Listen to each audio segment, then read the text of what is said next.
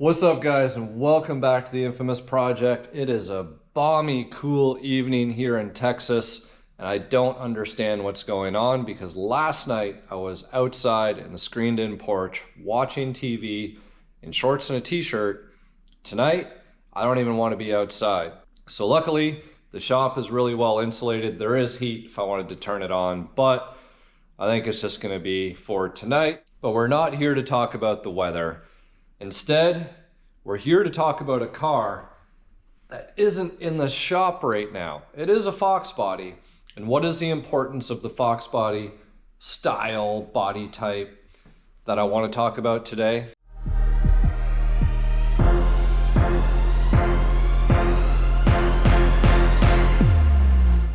So the Foxbody that I'm going to be talking about today, in my opinion, is going to be the next one that people should be investing in. Now, between these cars starting to get old and desirability, maybe a little bit of COVID, people getting locked up and wanting to modify some cars, but it's just sort of the natural progression of a classic vehicle. And believe it or not, these cars are now, in fact, classics.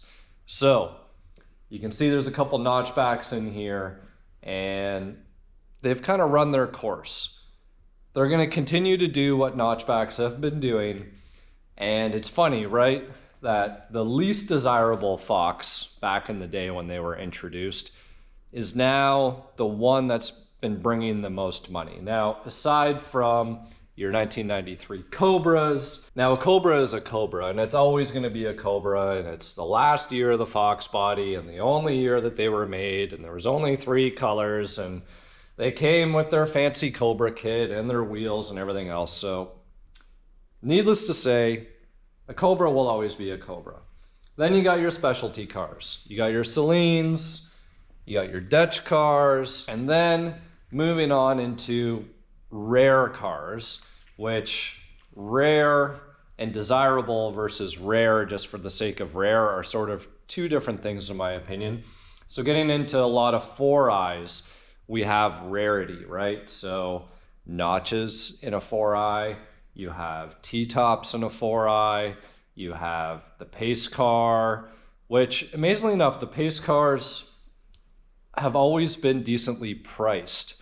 And when you consider sort of first year of the Foxbody, because they came out in '79, and 1 year only really body style look and feel and option.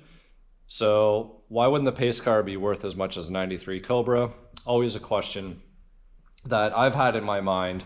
And that's just sort of, it comes down to desirability.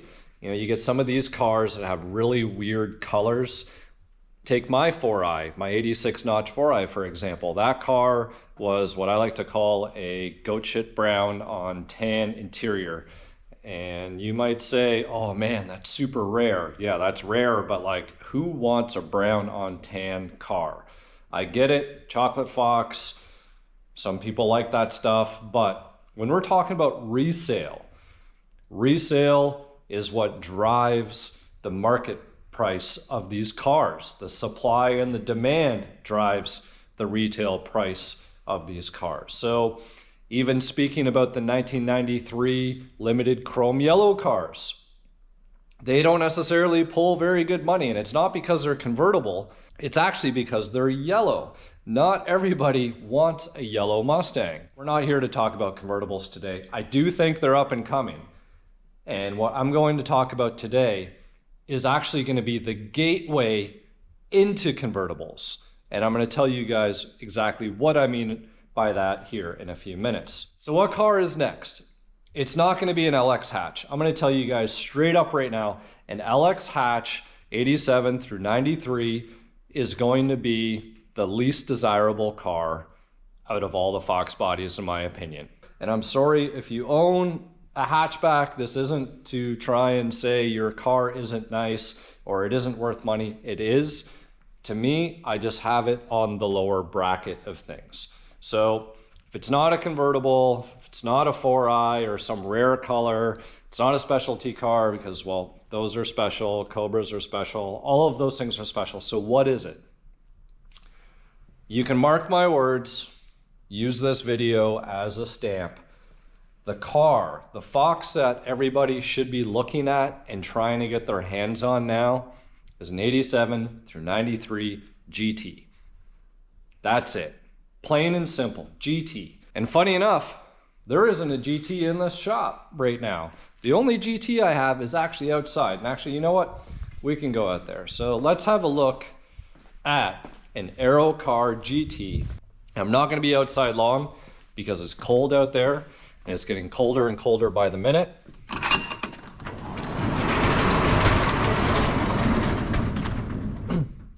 But there we go, guys.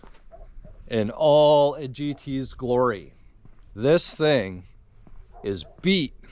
It is beat. But even sitting here next to this beat square body, these are two beat vehicles that are actually pretty damn cool. You know, if someone was driving by, now the road is pretty far down there, but if it was closer to the road and you were driving by and you could see the silhouette of this car, or even from that, 20, 50 foot distance, you would be like, oh man, that's a badass looking car. If you just saw a normal clapped out LX, it's not going to be as cool looking. All right, so why am I saying that the GT is the next car to buy?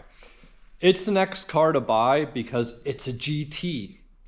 GT, throughout the entire Mustang history up until now, is the first car that is marketed and that wants to be purchased by any current, future, prospective Mustang owner out there. And the GT always had the nicer options. So in the Foxbody's case, you got tweed seats, you got a body kit, you got different wheels and tires. The exception of the 91s and above, everybody got ponies. But you guys can see where I'm going with this. And the reality is that everybody has been so caught up on the LX notchbacks. And back in the day, they were desirable because they were light. They didn't have the ground effects package. They didn't have the big fog light reinforcement bar that weighs like 30 odd some pounds. And most GTs came fully loaded with power options. You had your power windows, your power locks, which oddly enough, not all of them came that way. And the 90 that I did last year actually had no options, no cruise, no power windows, no power locks, no AC. It had rear window defrost, that was it. Very rare for a GT. This is going into the natural progression of classic cars and vehicles. And it's not always about the rarity, it is about desirability. And why are they going to become desirable? Well, the GTs are what everyone had. And there's a lot of channels now discussing Foxbodies, content, this, that, buy them, flip them, whatever. They're an investment opportunity right now. They truly are. And I'm telling you personally, if I was to put money into a car, if I can find a notchback at a good price, I'm going to buy that notchback. But the notchbacks are getting harder to find. So I'm going to challenge you guys now. Try and find a clean GT.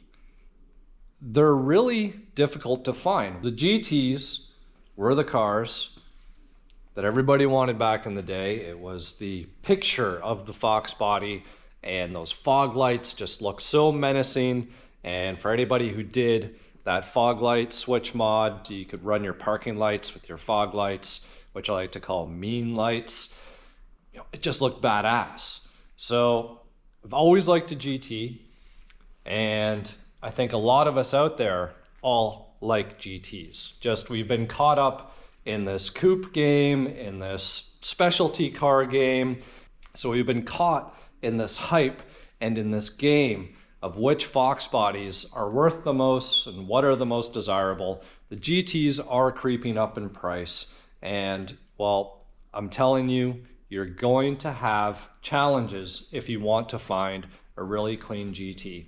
If you know where there is one, snatch it up. If you know where there is one and you don't want to snatch it up, send me the info. I'm always looking for clean Foxbodies, and I'll even pay a finder's fee if I end up getting the car. Now, with that set aside, whether you're an enthusiast wanting to get into a Foxbody, or maybe you're thinking about flipping some Foxes, or you're looking for an investment car that could potentially yield you some good money, well, GTs are going to kind of be next on the list. My opinion is the price on them is going to creep up quite quickly. So it's sort of act now if you can find it. Stop worrying about all the coupes. Stop worrying about all the specialty cars. If you can find a really clean GT, I would say go ahead and pick that car up. Now, earlier in the video, I made a comment saying that the GTs were going to be the segue into the convertibles. And again, mark my words, convertibles are going to go up in value significantly. We've all had that friend or a friend of a friend who is a financial manager. And they always go on about the chart of the natural growth and inflation in the world. And whenever you invest your money, naturally, over time, it's going to be worth more. Now, the same thing goes here for convertibles. Top goes down, price goes up. Now, Fox bodies are sort of the opposite of this. The top goes down, the price goes down. That's going to switch. And I couldn't tell you when exactly it's going to switch. I would say probably within the next 5 years. Because what's going to happen in the next 5 years?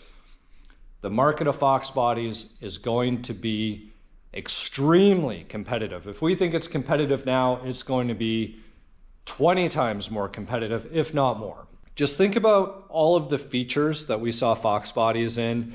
You know, you had Married with Children, Al Bundy. I think there was 2 convertibles that were featured in that. There was Basic Instinct, Castle Customs. Michael Douglas, he drove a convertible in that movie. What's that? There's the other one where the convertible gets blown up in the beginning, movie with Bruce Willis, can't remember the name. Menace to Society, Boys in the Hood. There's actually, I think there's 2 convertibles in Boys in the Hood. Anyways, could go on, and I'm sure you guys could all add to the list of the cars that were featured and wanted. And you know what? GTs, GT convertibles, they're all going to be worth money. Everybody knows about these cars. People's got more money. Everybody's talked about the reasons why Fox bodies are hot this day and age. So that's going to have an impact on the Fox, which means naturally, what's the next car in line? That's right, the Jelly Bean. And the Jelly Bean, I really shouldn't be making fun of the car because I actually own one. I got the 96 DECH Jelly Bean. And interestingly enough, I just found out, and I swore before I even bought the car and before the guy I bought the car off of, there was pictures of it online, and I swear it had a DECH plaque, like a numbered plaque for that car. So when I bought the car and I was asking, you know, where's the plaque, where's the number?